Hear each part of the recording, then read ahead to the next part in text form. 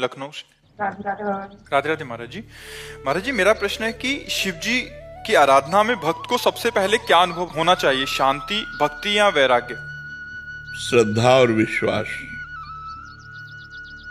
सबसे पहला सोपान है श्रद्धा, फिर है विश्वास, फिर आगे संसार से वैराग्य, फिर प्रभु के चरणों में अनुराग, और फिर अगर मोक्ष चाहता है तो मोक्ष, प्रेम चाहता है तो प्रेम मार्ग में चला जाएगा।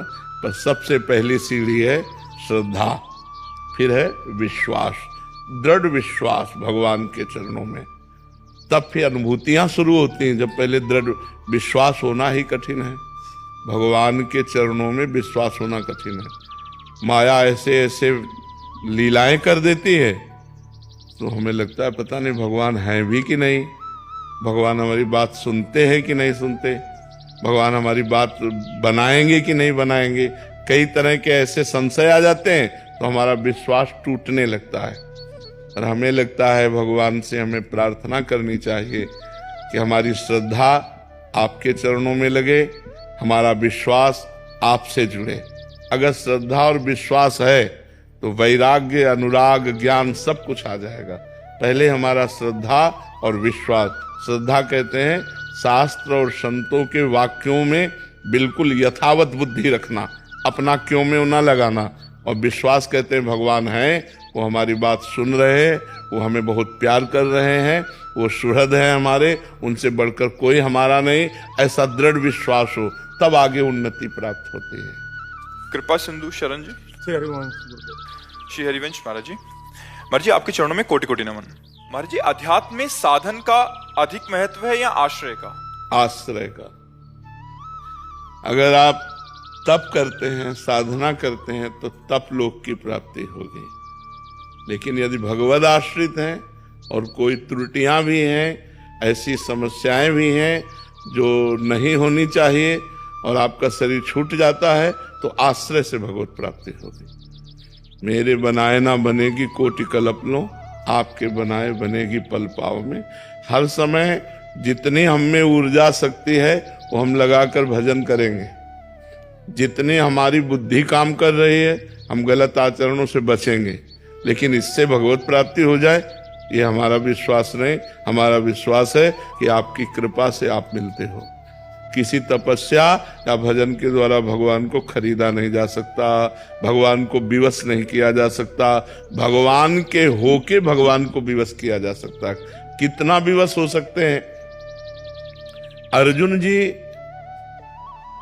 जहां खड़े होते हैं और उनकी जहां पादुका होती है वहां अखिल कोटि ब्रह्मांड नायक परात्परीश भगवान श्री कृष्ण सारथी के रूप में बैठते हैं। इतना विवश हो जाते हैं अपने जनों के लिए। अपना जन आश्रय से होता है, मैं आपके आश्रित हूं। आश्रित की चिंता होने लगती है आश्रयदाता को। जैसे आपके दरवाजे पे एक कुत्ता बैठे, आपसे कोई मतलब नहीं, लेकिन वो कहीं जाए ना, तो आप अपने आप उसके भोजन की व्यवस्था करने लगेंगे। एक दिन न सही, 2 दिन न सही, जब आप देखोगे जाते नहीं, दरवाजे पे बैठा रहता है, तो 2 रोटी लेके निकलोगे और डालने लगोगे।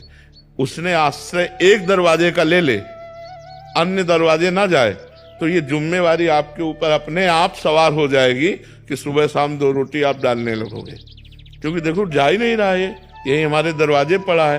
तो ऐसे ही हम बिल्कुल कोई अन्य आश्रय ना ले और प्रियाजू के आश्रित हो जाए तो हमारा काम बन जाएगा। अनन्य आश्रय बहुत बड़ी बात है। अनुकूलता होती है तो लगता है प्रियाजू की बहुत कृपा है, और जब प्रतिकूलता होती है तब ऐसे मन घबरा जाता है कि पता नहीं, हे शंकर भगवान आप कृपा करो, हे राम जी आप कृपा करो, हे श्याम जी आप कृपा करो, हे देवी जी आपकी। नहीं, उस समय भी एक ही होना चाहिए। बने तो रघुबर ते बने और बिगड़े तो भरपूर, और तुलसी औरन ते बने ता बनिबे पे धूर। जिसका हमने आश्रय लिया है, अगर बने तो उसी प्रभु से बने, और ना बने तो बिगड़ जाए, हमें कोई बनाने की कोशिश नहीं। हे नाथ मैं आपकी शरण में हूं, आप देख लो, पक्का हो, सब ठीक हो जाएगा, पक्का सब ठीक हो जाएगा। हमें चाहिए भगवान का आश्रय दृढ़ लें। सबसे बड़ी भक्ति क्या है? आत्मसमर्पण। श्रवणम कीर्तनम स्मरणम विष्णुपाद सेवनम अर्चनम बंदनम दास्यम सख्यम आत्मनिवेदनम। आत्मनिवेदन पूर्ण भक्ति। आत्मनिवेदन का मतलब होता है आश्रय, समर्पित हो जाना।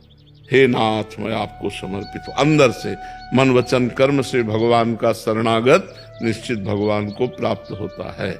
हमें प्रयास करना है, जो हमारी शरणागति में कमजोरी है कि भगवान के विरुद्ध आचरण है, जो अपने शरीर को लेकर मांगे हैं, जो अपने परिवार को लेकर मांगे हैं, वो केवल अपने प्रभु के सामने पेश करते रहें और ये मांगते रहें कि आपके सिवा हमारे मन में किसी अन्य का आश्रय न हो। जरूरतें हैं लेकिन आश्रय नहीं, ध्यान रखना। जैसे मैं आपका हूं, मेरी जरूरतें हैं तो मैं सिर्फ आपसे कहूंगा, इनसे नहीं कहूंगा। जरूरतें हैं पर आपसे।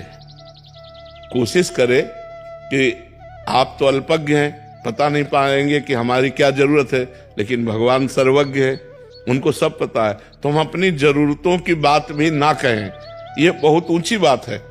लेकिन अगर कहें तो सिर्फ अपने प्रभु से, जो हमने प्रभु को अपना माना है, राम रूप, कृष्ण रूप, राधा रूप, शिव रूप, हम उसी से बात करें कि ये जरूरतें यद्यपि हमें आपसे नहीं कहनी चाहिए, पर हम अज्ञानवश कह रहे हैं ये जरूरतें, पर आपसे, औरों से नहीं। तो ये अनन्य आश्रय जो है ये बहुत जल्दी भगवत प्राप्ति करा देता है। नहीं तो जन्म जन्म जतन करते रहो, कोई त्रुटियां होती रहती हैं और भगवान से मिलने में बाधा पहुंच जाती है। पर अगर आश्रय लिए हो तो त्रुटियां होने पर भी भगवान कृपा करके अपनी शरण में ले लेते हैं।